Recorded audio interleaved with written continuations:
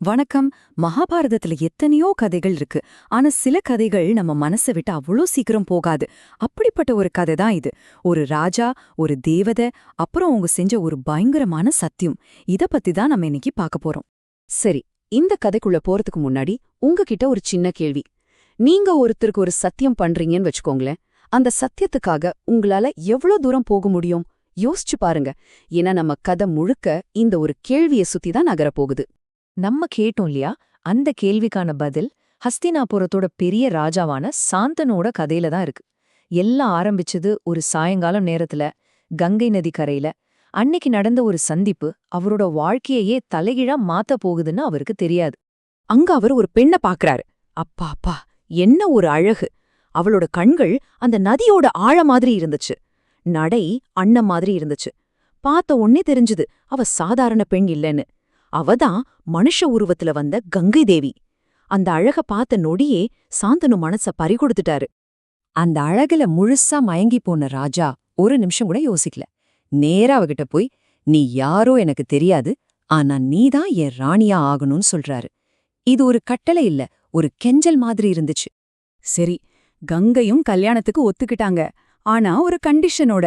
அதுவும் சாதாரண கண்டிஷன் இல்ல. கேட்டா உடம்பே சும்மா ஜில்லுன்னு ஆகிடும். அந்த கல்யாணத்துக்கு அவர் கொடுக்க போற விலை ரொம்ப ரொம்ப பெருசு. அவங்க சொன்ன கண்டிஷன் இதுதான். ராஜா, நான் என்ன வேணா செய்வேன்.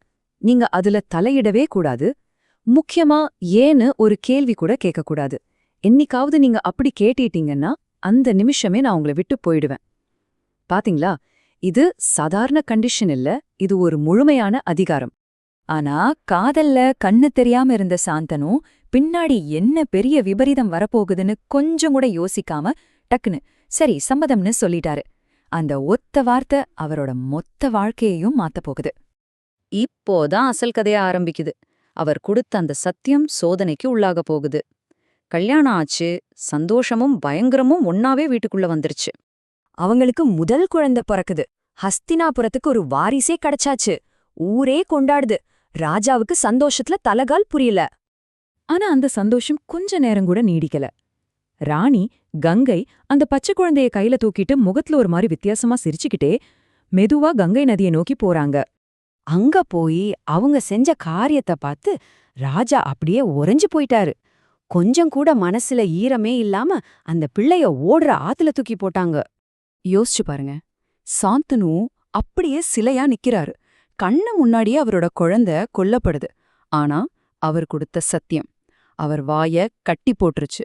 ஒரு வார்த்தை கூட அவரால பேச முடியல. இது ஏதோ ஒரு தடவை நடந்த தப்புன்னு நினைச்சிடாதீங்க. இது ஒரு தொடர் கதை மாதிரி ஆகிடுச்சு. ஒரு பயங்கரமான கெட்ட கனவு திரும்ப திரும்ப வர்ற மாதிரி. ஒன்னில்ல, ரெண்டில்ல, மொத்தம் 7 தடவை. ஆமாங்க, 7 குழந்தைங்க பிறந்துச்சு. அந்த 7 தடவையும் பெத்த தாயே தன்னோட பிள்ளைகளை அதே ஆத்துல தூக்கி போட்டு கொன்னாங்க. சாந்தனுவோட வாழ்க்கை ஒரு கொடுமையான வட்டத்துக்குள்ள சிக்கிடுச்சு. பாருங்க, இதுதான் அந்த வட்டம். முதல்ல குழந்தை பிறக்கும், அப்புறம் தாய் சிரிப்பாங்க, அடுத்ததா குழந்தைய ஆத்துல மூழ்கடிப்பாங்க, கடைசியா தந்தை மௌனமா வேதனையில துடிப்பாரு. இதேதான் திரும்ப திரும்ப நடந்துச்சு. ஒரு அப்பாவா சாந்தனு பட்ட கஷ்டத்தை நம்மால நினைச்சு கூட பார்க்க முடியாது. 2 பக்கமும் இடி, நடுவுல மத்தள மாதிரி ஒரு தர்ம சங்கடமான நிலைமையில மாட்டிக்கிட்டாரு. அவரோட நிலைமை இதுதான். ஒரு பக்கம் வாய திறந்த குழந்தைய காப்பாத்துனா உயிருக்குயிரா காதலிச்ச மனைவி கங்கை போயிடுவாங்க. இன்னொரு பக்கம் பேசாம இருந்தா பெத்த புள்ளையே போயிடும். என்ன ஒரு கொடுமையான சாய்ஸ் இது. மகாபாரதத்துல சொல்லும்போது சாந்தனோட எதையும் ரத்த கண்ணீர் வடிச்சதுன்னு சொல்வாங்க. அந்த அளவுக்கு வலி. ஆனா அந்த வலி முழுக்க மௌனம்ங்கிற 4 சுவருக்குள்ளேயே புதைஞ்சு போச்சு. இப்ப நம்ம எல்லாருக்குமே மனசுல ஒரே கேள்விதான். ஏன் ஒரு அம்மா ஏன் இப்படி செய்வாங்க? அவங்க குழந்தைங்களை ஏன் கொன்னாங்க? அதுக்கு பின்னாடி ஒரு பெரிய காரணம் இருக்கு. அந்த 7 குழந்தைங்களும் மனுஷங்க இல்ல, அவங்க வசுக்கள்னு சொல்லப்படுற தேவர்கள். ஒரு சாபத்தினால பூலோகத்துல பொறக்க வேண்டியதாயிடுச்சு. அவங்க ஆசை ஒன்னே ஒண்ணுதான். எவ்ளோ சீக்கிரம் முடியுமோ அவ்ளோ சீக்கிரம் இந்த சாபத்திலேருந்து விடுபட்டு தேவலோகம் திரும்ப போகணும். அவங்களோட தாயான கங்கைக்கு இது தெரியும். அதனால அவங்க செஞ்சது ஒரு கொலை இல்ல, அது ஒரு விடுதலை. அவங்க தன் குழந்தைங்கள அந்த கொடூரமான சாபத்திலேருந்து விடுவிச்சு திரும்ப தேவலோகத்துக்கு அனுப்பி வச்சாங்க.